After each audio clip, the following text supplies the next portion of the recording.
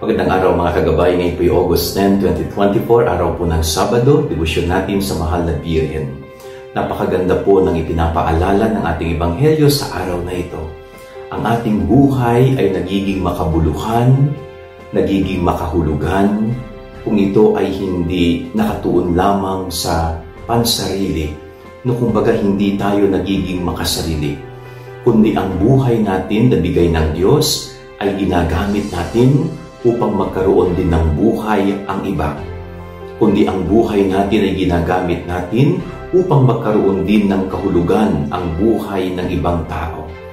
Ibig sabihin, hindi sinasarili ang bigay na buhay sa atin ng Diyos, kundi ginagamit din natin itong instrumento upang sa ganon ay ma-discover din ng iba kung gaano kahalaga at kaganda ang buhay.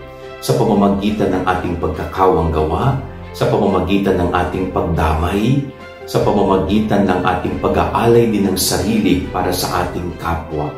At alam po ninyo, yun ang ginawa ni Jesus. No? Talagang inalay niya ang kanyang sarili para sa atin. Hindi niya ito sinarili, kundi inalay niya at doon naging ganap ang kanyang buhay. At bilang Kristiyano, yan po yung ipinapaalala sa atin ni Jesus. Ganapin natin ang buhay natin.